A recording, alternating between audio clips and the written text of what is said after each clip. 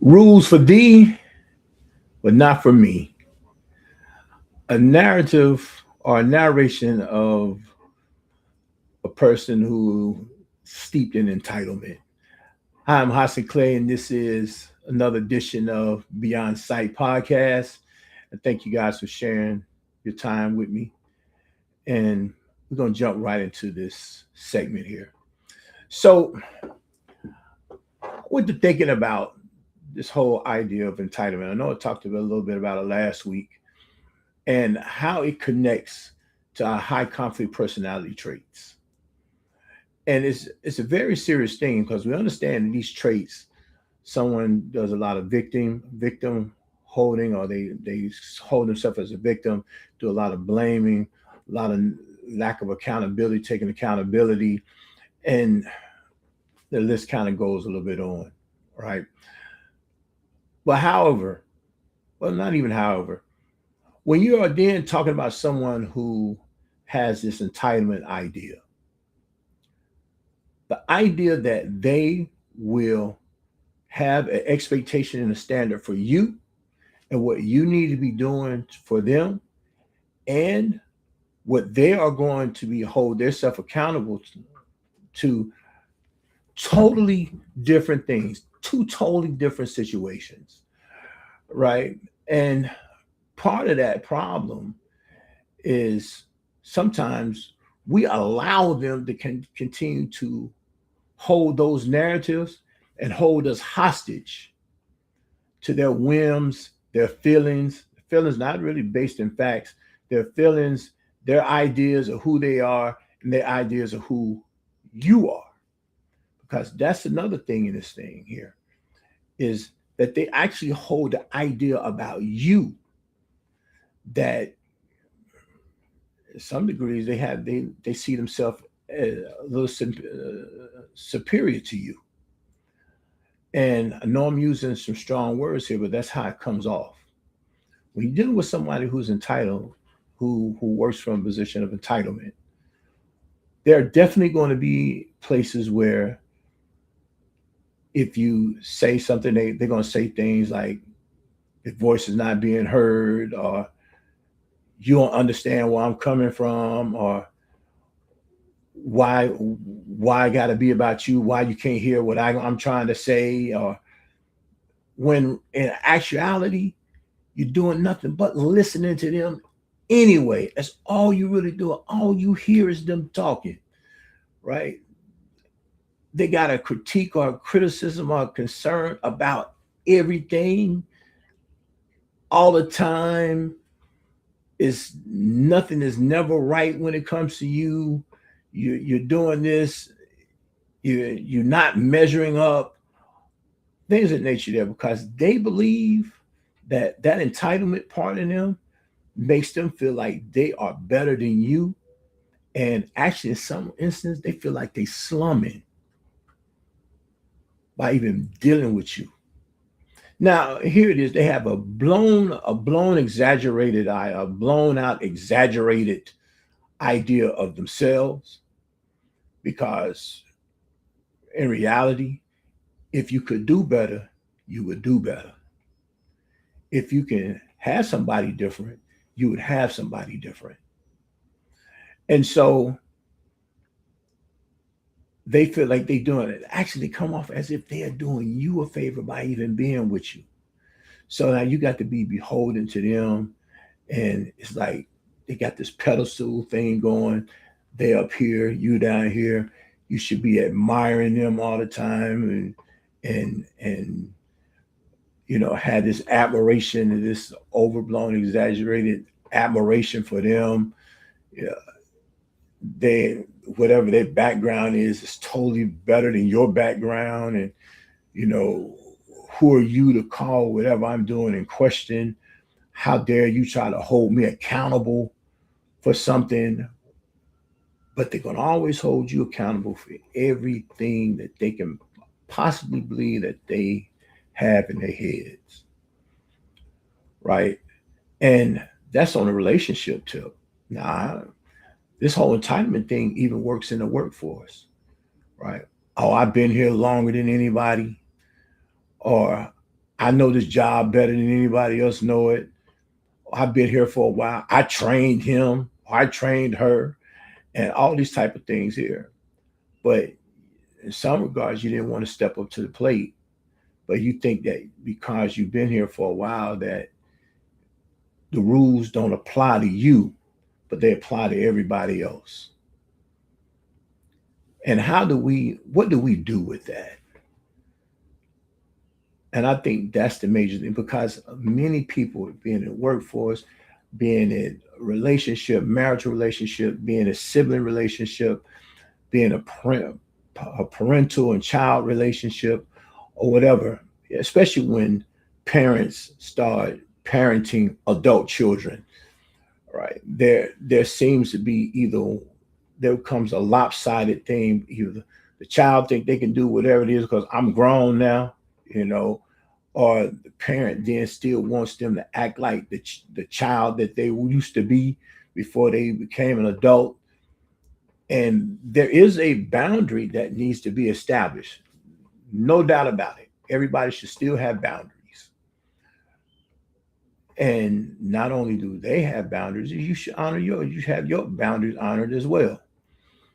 But what happens is there becomes this lopsided dealing that takes place, this lopsided relationship that takes place, especially when you're dealing with someone entitled.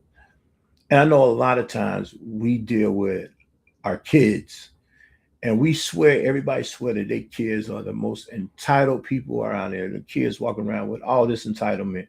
They earn nothing, but they feel like they deserve the world. You're supposed to give them the world and they shouldn't have to do anything. I ain't gonna tell you a lie. In some instances, we help teach that. And they also learned it out there in the rest of the world because other parents aren't doing the same thing. I had a friend tell me yesterday, and it's a real eye opener situation. What he told me, he said, sometimes you got to hear it twice instead of seeing it once, right? Or how you say it, you have to see it twice before hearing it once. I'm like, ooh, wow, okay, what is that? When we start talking about this entitlement thing and how we're teaching each other, teaching our kids how we function in the world, I and you have to be on the same wavelength of what we are trying to establish as far as standards when it comes to this entitlement piece. Not only I and you, but the people who are around you. And we have to see that thing modeled. And what happens is I heard it in the house, but I didn't see this thing acting out in the world. So then I then look at the world as the true situation, and what's happening in the home is something that's just you talking, right? That's just you running your mouth. But the world don't function like that. And to some degree, they're right. And this is how this entitlement thing sets up because even in kids, they don't have the necessary tools of discernment. But when you start talking about dealing with adults, and in some instances, we just still have delayed adolescence at this point because we're still acting like we're kids with this entitlement piece. And men and women do it. Women do it, men do it. You know, you may hear women use the phrase, I just want my voice heard or all this old type of stuff here. You hear that a lot. I mean, for you men out there, I don't know how many you could say how many times you have heard it said to you or you've heard it around that I just want my voice heard. I don't want my voice squashed and all this old type of stuff. As if then I am supposed to take your word over my own thoughts and processes, not taking you into consideration as you're taking me into consideration. We're having this dialogue because this is what happens when you're dealing with entitlement. There is not really this dialogue. There is this monologue that I'm telling you what it is that I want you to do, and you need to acquiesce to what it is I'm saying. And if I can't tell you this right now, then I'm going to keep talking to you to convince you, and then I'm going to keep trying to evidence you all the way out until you submit to what it is that I'm saying. So then it's this evidence, this evidence, this evidence. And then what you wind up doing is trying to refute the evidence. So this is how y'all get caught in this secular conversation, because now there's something getting thrown at you, then you throwing something back. Oh, that wasn't me. I didn't do that. That wasn't me. Well, you do the same thing. And that can be true, right? And that can be true. Because I've known I've been in situations where something's been told to me. Well, don't cut my voice off, or don't do this or don't do that. And then come right back around and do the very same thing to me that they said don't do to them, right? And it's maddening, right? And we all do it. We all do it. And as a man, I don't have just a high road on the situation. I got my faults in certain things too, just like any other man, just like any other woman. But we're here to learn something a little different, and to shed light. Again, we just beyond the things that we see. We have to shed light into the deeper aspects of what this entitlement looks like. Because if we don't, we're going to keep falling into these situations where we have these horrible relationships. We have these jump off relationships where there's no depth. There's no coming together. There's no understanding of roles and dynamics. And then next thing you know, we're going to keep bringing the divorce rate, making divorce rate higher and higher. And to the point that some of us, even some of our younger kids now, they don't even want to be married at all. They're just going to have having relationships. So that means I can get in and get out if I want to, or whatever it is. Then there becomes no responsibility. And this is what that entitlement thing does. At some point, nobody wants to be responsible.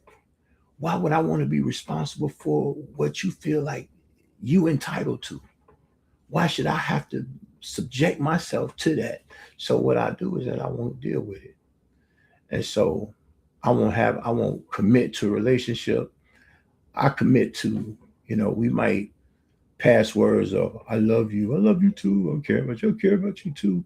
And we have conversations, we do these all type of crazy things, but after the sex take place, and then somebody's feelings get a little bit more involved than the other person. Like, man, I ain't signing up for that. I'm in and out. What's all this about? Right. And so this is how we then get salty.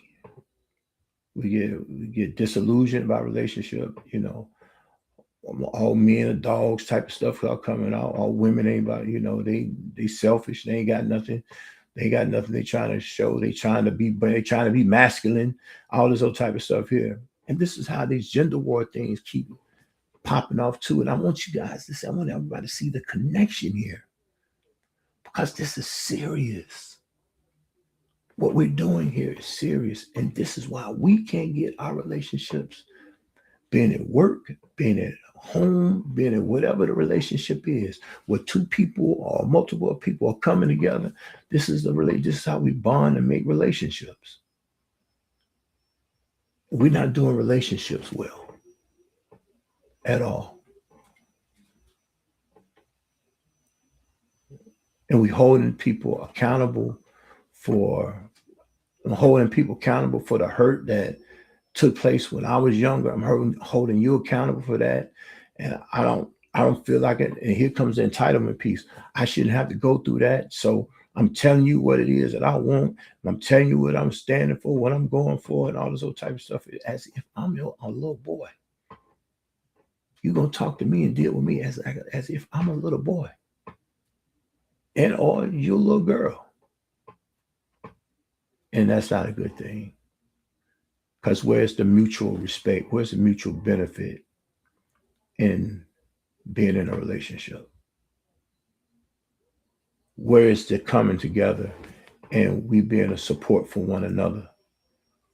We're covering each other. We got each other's back. We're working from a position of Yeah, let's make this thing work. Let's have some equal shared responsibility, equal shared accountability. It ain't gonna be an all you and no me. It ain't gonna be an all me and no you. That's entitlement at its peak. And so when I say rules for thee and not for me, I want you to understand that this is how we are functioning out here. And I just want you to take accountability for you right now. Yeah, I'm talking to you, all of you, whoever everybody watching. I want you to take accountability for you. You can't take accountability for the other person. I want you to take accountability for you. And if you can take accountability for you, and each one takes the accountability for themselves, then we, at that point, we are actually going to do something different when we come and start talking about the relationship. Look, the hand giving is better than the hand receiving. Don't mean the hand receiving ain't a good hand, but the hand giving is better. If we start looking, how do I give a situation instead of looking at what I want, give me what and give me, can I, let me have, right? Because that's what really comes down to. Give me, can I, let me have. This is what entitlement looks like. Get your hand always out. You know, really, entitlement is in some levels is equivalent of begging. Because you always get your hand out. You're always asking for something. You don't want to go do the work yourself to go get it. So what I'm gonna do, I'm gonna beg, I'm gonna ask somebody for it. I'm gonna do this and do that in order to get it because I don't want to put in the work to go get it myself. I don't want to go get a job, or I want to be on the system, or I want to do this, I want to do that. And instead of getting the help which you need, you think that that person is supposed to give it to you. That's entitlement. And we do it often without really understanding that this is what it is. Now I know that this episode here is probably going to ruffle a few feathers, and that's okay because we're here to get these feathers ruffled. That's why y'all show up here to see me and listen to my podcast because the feathers are going to ruffle around here. But here's what we got to understand: after we get out our feelings, because you got an opportunity to stay in your feelings for a second, but I want you to be able to move beyond that and let's look at the facts. How am I showing up in the world? This is when accountability starts taking place. Accountability ain't about a confessing, well, I was wrong. And you think that's accountability. No, that's confessions. It's not accountability. It's acknowledging a situation and then also coming up with a plan to do something different so you don't run into that situation again. That's accountability. And this is where we are missing that part. Getting one of it correct, but then we're missing the whole thing. And let me tell you something. All right is right, or all wrong is wrong, and half right is wrong. Okay, I want y'all to understand that. So if I got a piece of it right, then the other part of it is wrong, then really the whole thing is wrong. So I got to, in order for it to be correct, I got to have this right and the other pieces of the right too, so to come together so it can be right. And we miss that part. And we want acknowledgement for the pieces that we've done right without taking into account the things that I've done wrong. Now, I'm not sitting there saying that I can't give you credit for the things that you've done right. Yeah, I like that part when you did this right here. And when you said that right there, I like how you did that. But maybe we can work on it. We have to learn how to talk to one another.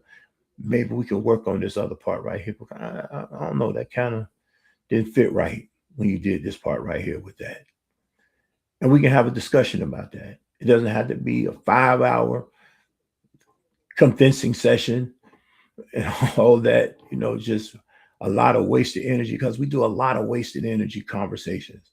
It's just a lot of wasted energy.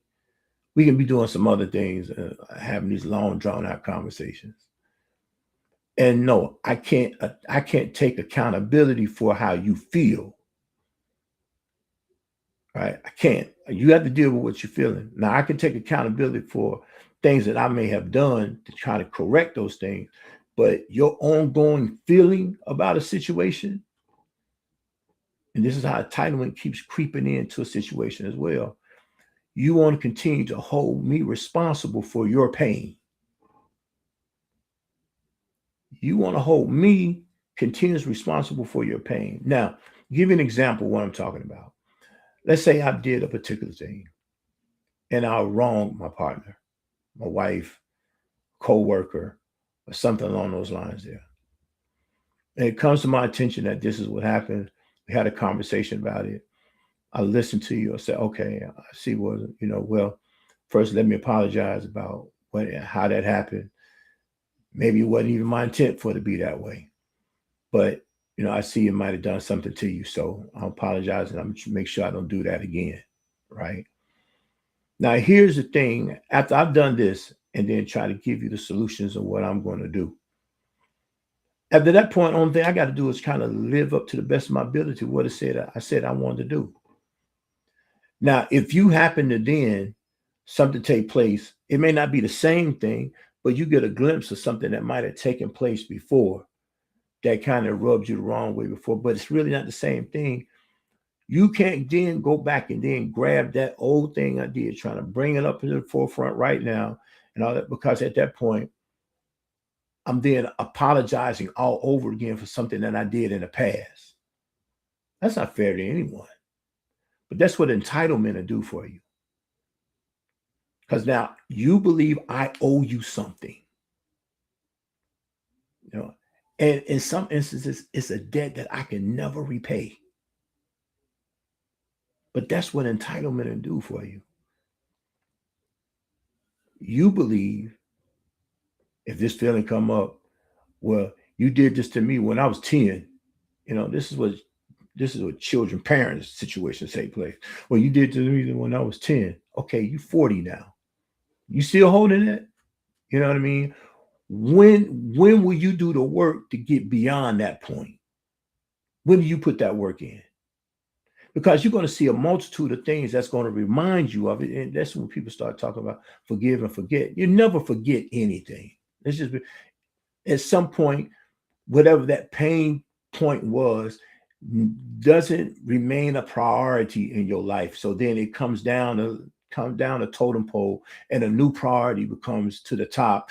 And so you start focusing more on that situation versus this situation here. But that situation didn't go away. It just went down to the bottom. But something's going to, what they call trigger, something's going to prompt you to think about it. And you're like, man, that kind of give me, but you have to manage yourself in that because that's not what's taking place right now. But when people are there, and this is when an entitlement situation come in at, when people keep trying to remind you of something that you did in the past or something that happened in the past, and they keep trying to remind you of it and things that they believe you owe them something, and that's the entitlement. Now, if you haven't worked the situation out, and or maybe you might have felt like the situation got worked out, but maybe you didn't think, okay, it didn't get worked out completely. Oh, well, tell me what I missed here, because I want to keep having to go through this all over and over and over again. What did I miss in that? That's a real conversation. Well, this right here, you can't keep moving the goalposts on it either, though, because if I did what you asked me to do, and I'm trying to be consistent about what you asked me to do, but then you bring something else up, then this is moving the goalposts. I can't never catch up with you moving the goalposts. You have to station that situation in a location so I can keep kicking at it at the same time. The goal going to always be in the middle of the field. I'm gonna keep kicking at it. It's not going to be to the right. It's not going to be to the left. I got to keep kicking straight at it, and it's going to be right there. I can keep practicing kicking right at that goal. And this is what we miss a lot of times because we didn't work on the healing part. And because we didn't heal, we then turn that into entitlement as well. So entitlement comes in various different ways. Sometimes, we just teach entitlement, because I think I'm deserving of something. Or, we keep going into a thing of the healing part, which then reverts back to, I think I'm owed something, right? So entitlement is always about what a person believes they are owed. And yes, I want to give you the best possible experience that I can give you, you can have with me, but you got to be responsible for that stuff. That healing part, you got to be responsible for that. Because if you don't, you're gonna keep on walking around here with this entitlement, thinking somebody owe you something, and nobody really owes you nothing. Nothing. Nobody really owes you nothing in this world. Because a lot of times when you feel like you own somebody owe you something, you probably making that thing a little higher. It's not always exact what it is that they owe you, right? You never really come for the exact thing you owe. For instance, I just put it like this: if I'm owed $100 by someone, somebody owe me $100. I can't come trying to collect 120, right? You don't owe me $120. You owe me $100. Only thing I can come back and do is get that exact thing that you owe me, and that's it. But we don't function from that way. If I owe somebody $100, when they come to me, they want 200 back. And if I can't pay the 200, then what keeps happening? The interest of the situation keeps compounding. It keeps compounding. So now the $100 that I owe them again now becomes another 150, another 200, and another. And if I keep trying to pay it off, and it keeps compounding interest on it, this is how we work with entitlement. It's entitlement compounds, and you can never repay that, and you can never satisfy someone who feels entitled. And they're going to keep being in this. They're going to be in this relationship, then they'll be in that relationship, or they'll be at that job, and then they'll be at that job, or whatever it might be, because at some point somebody gonna get tired of them. I ain't got to put up with this. Wind up getting fired, or they get divorced, or whatever. And then you look and say, well, why are you firing me? Well, I'm one of the hardest workers here. I'm this and I'm that, and I'm always work on time. But you bring so much nonsense to work with you that it causes problems. And instead of just dealing with you and your problems, I'm going to cut you loose. I'm just going to manage you out of here. And you get managed out of relationship the same way. People manage each other out of relationships all the time. They start setting themselves up to get out of the relationship, to cut you loose or whatever it might be. Because at that point they had it here. They're drowning in your entitlement. And it's not a good thing. So, well, what can we do with this? And I'm gonna stick here because I think this is a vital part of this. Hold yourself accountable, not with the lip service of accountability, but the actions of accountability, meaning acknowledging what you've done or what may have taken place. See how you can correct that, what it is you're willing to do to correct that. If that person is willing to accept that from you, maybe they have an idea of what it is they may want from you as well. So y'all can have a conversation about that. And then trying your best and vowing, or trying your best, maybe not even say vow, but trying your best not to fall into that situation again. Because things happen, people happen, right? So, sometimes we fall into error. I ain't gonna say we make mistakes, but sometimes we fall into error. Sometimes we make decisions, and sometimes the decisions probably aren't the best decision. But it sounded good at that time when I first thought about it. It sounded good, and I probably just ran with it because it sounded good, and without really looking at all the peripherals to it, right? But once you are able to start learning how to do that, That's going to be key to how you get to work on your idea of entitlement.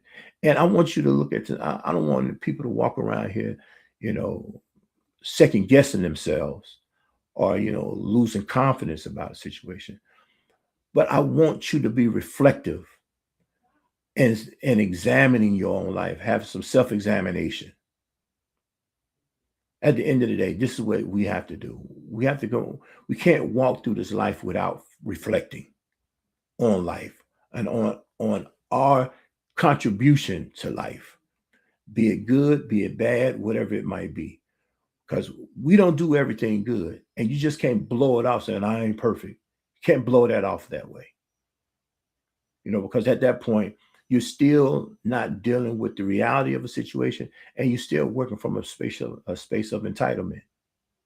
Believe it or not, the whole idea that I'm not perfect, it gives you the entitlement to say, well, I can kind of mess up and do what I need to do because I ain't human, I ain't perfect, and all this other type of stuff. That gives you an excuse. And people who deal with entitlement deal with heavy excuses. So let's remember this. Rules for thee and not for me. We're not playing those games. We're not going to do it to someone. We're not going to have it done to us. We're not going to have it done to us. We're not going to do it to someone. All right. So it's the end of this episode. Thank everybody for coming out and sharing with me and listen to this podcast for this week. Of course, you can always comment. Please comment if you have anything that you comment on. Also, please, share this. Somebody needs to hear this because we're not having these real discussions. We're having these other foolish discussions. We're not having these discussions about what entitlement looks like and where I fit into this entitlement picture. We're not having these conversations, but we're going to have these conversations now because I'm bringing it to the table. So every Monday, 7 p.m. is when it airs. Beyond Sight podcast air. Connect with me on Instagram and TikTok and the Hassan Clay Experience. If you are on LinkedIn or Facebook, you can connect with me at Hassan Clay. And also, please subscribe to this channel, the Hassan Clay Experience channel on YouTube. And with that, y'all have a great week. Y'all have a safe weekend. And we're going to see you guys here back next Monday at 7 p.m. Y'all have a great one.